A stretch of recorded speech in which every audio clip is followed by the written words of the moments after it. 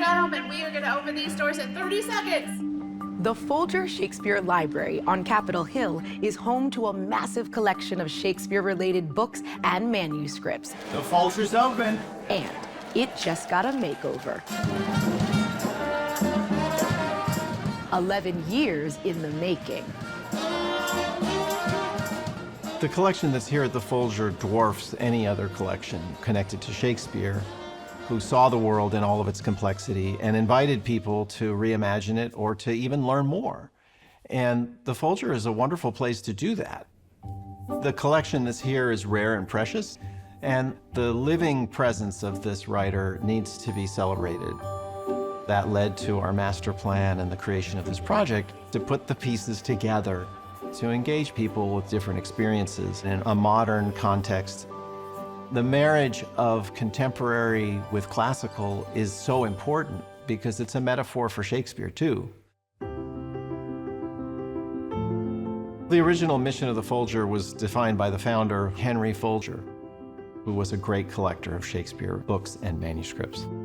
And he thought of it as a temple or a retreat for people who wanted to commune with knowledge and with this writer.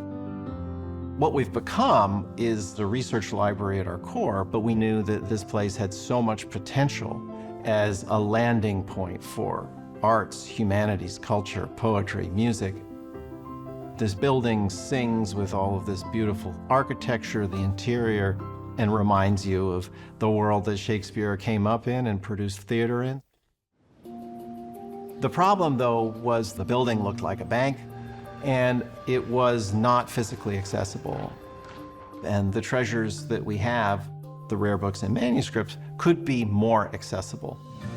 The fact that the Folger was placed in the District of Columbia, the crossroads for so many different cultural influences to engage with, that is the possibility that's opened up when you can actually get into this building and show the things that we have.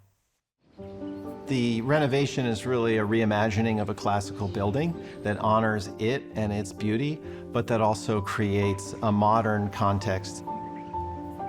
It took us some time, I think, before we found that solution of slipping the addition underneath the terraces and making these new open facades that open out onto the new entry gardens, all within the boundaries of that historic building and terrace.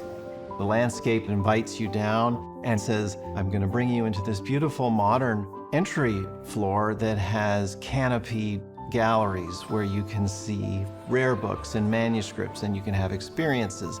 Have any of you ever wanted to pull a 300-year-old book and look at it in a room like this? Because now you can. It's terrific in Washington to have a place of pilgrimage for Shakespeare buffs.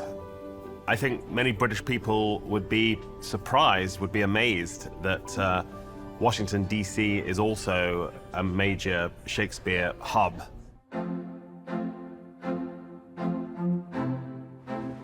Although it looks similar to nearby public buildings like the Library of Congress and the Supreme Court, the Folger is owned by Amherst College, Henry Folger's alma mater.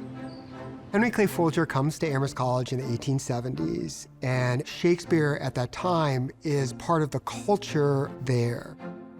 His wife, Emily Folger, attributes a special significance to a moment when Ralph Waldo Emerson comes and lectures at Amherst College. Emerson said that Shakespeare captures the true sense of humanity. That ignited Folger's imagination. He started acquiring this collection. Henry Folger and Emily Folger were unrelenting and acquired the greatest collection of original materials connected to Shakespeare anywhere in the world by far. If you look closely at the founding of the Folger Shakespeare Library, it's very clear that it was a memorial. It's part of a larger movement in the early 20th century to create living memorials to famous people or events. A sculpture will look the same, roughly, year after year after year. An institution will survive, but it will also open up, change, and adapt. And that's why we need institutions, and I think that's why both Shakespeare and the Folger remain important. The Folger's most prized acquisitions are 82 of the 235 copies of Shakespeare's First Folio.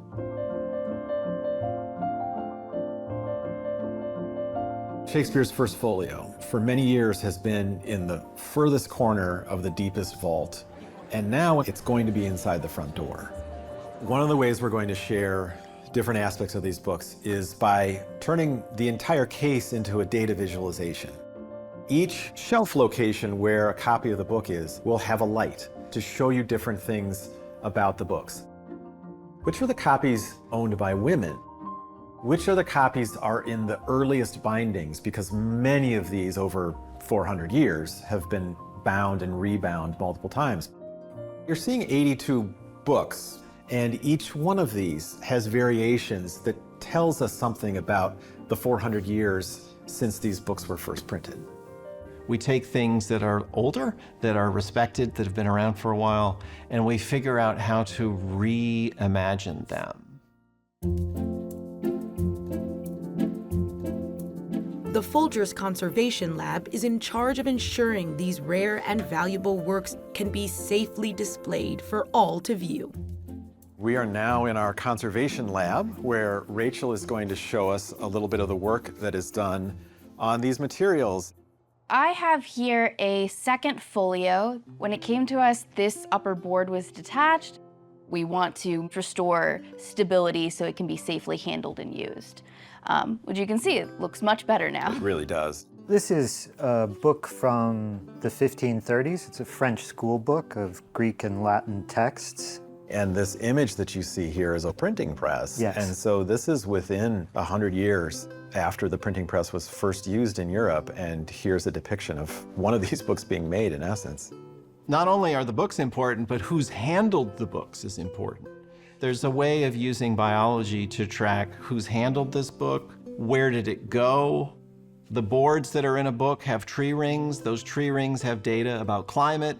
Of course, we answer questions about who Shakespeare was, but we're really interested in everything you can learn from a collection like ours. And that's part of being a curious institution that's opening up and asking new audiences and new participants, including biologists, including climate scientists, students, and grandparents. We want them all. The Folger opened its new doors and people came from far and wide. It's unbelievable how they could go underground into this without destroying the building above it. This is amazing. I called and checked multiple times to make sure that all of the first folios would be here, because I really, really cared about that. It used to be at the Folger, visitors would come in and they would lower their voice. It would be very church-like. No more of that. We want to hear people's outside voices or their regular inside voices. So it's thrilling to just be here and kind of soak this up. I love this place, and it's created a new way for me to think about scholarship, about the public, about community. They should come here because we're not done with Shakespeare, and Shakespeare's not done with us. It's an endless story, and I'm really glad we can finally tell it.